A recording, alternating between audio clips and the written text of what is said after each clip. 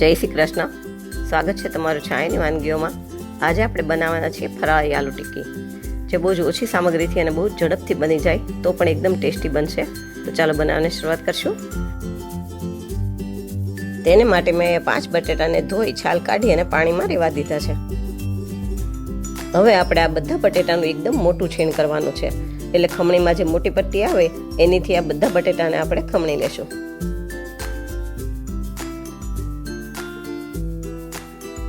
હવે આપણે આ બધી છીણને 2-3 પાણીથી ધોઈ લીધી છે. હવે આ બધી છીણને 2 હાથેથી દબાવી અને એક વાસણમાં કાઢી લેશું.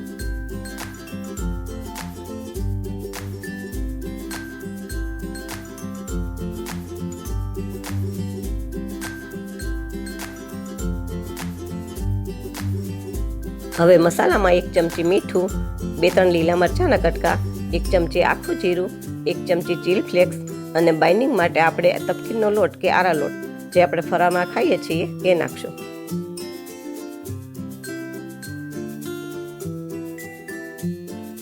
હવે આ બધી સામગ્રીને આપણે ચમચીથી કે હાથેથી મિક્સ કરી દેશું.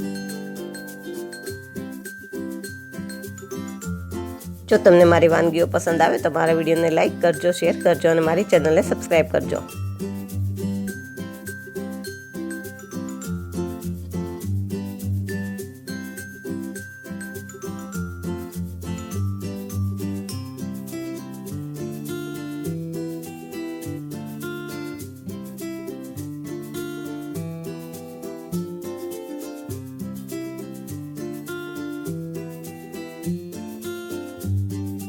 હવે આપણી બધી સામગ્રી સારી રીતે મિક્સ થઈ ગઈ છે, તો મેં ગેસ ઉપર પેન ગરમ કરવા મૂકી દીધું હતું.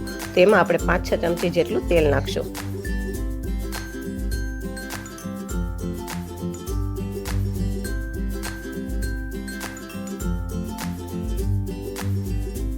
હવે મારી પાસે આવો સ્ટીલનો કાંઠો હતો એ વચ્ચે મૂકી દઈશું અને આપણે જે મસાલો તૈયાર કર્યો છે બટેટાનો એમાંથી થોડો લઈ અને આની વચ્ચે મૂકી અને ચમચીથી ચારે બાજુ સરખી રીતે ફેલાવી દેશું.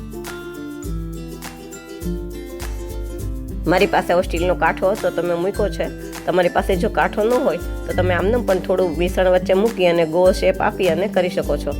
હવે આપણે આને થોડી વાર ચડવા દેશું.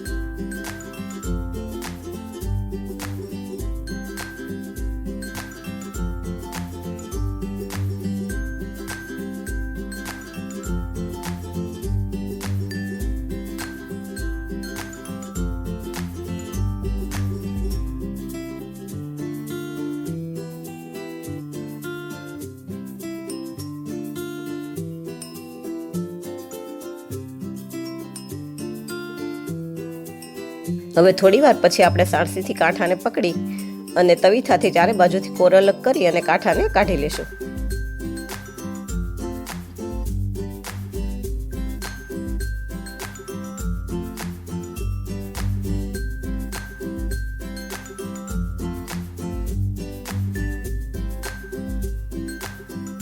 પછી એને બીજી સાઈડ પલટાવી દેશું અને બીજી સાઈડ પણ ક્રિસ્પી થાય ત્યાં સુધી શેકાવા દેશું.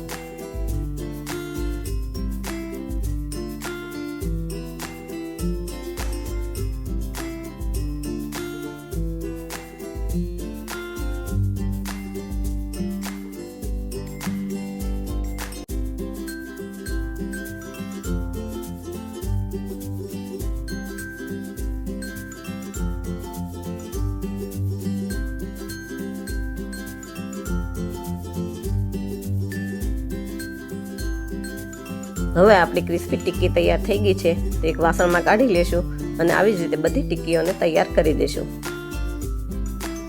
મેં આ ટિક્કીને અહીંયા આંબલીની ચટણી સાથે સર્વ કરી છે. આવી જ નવી વાનગી સાથે ફરી મળશું. Thank you.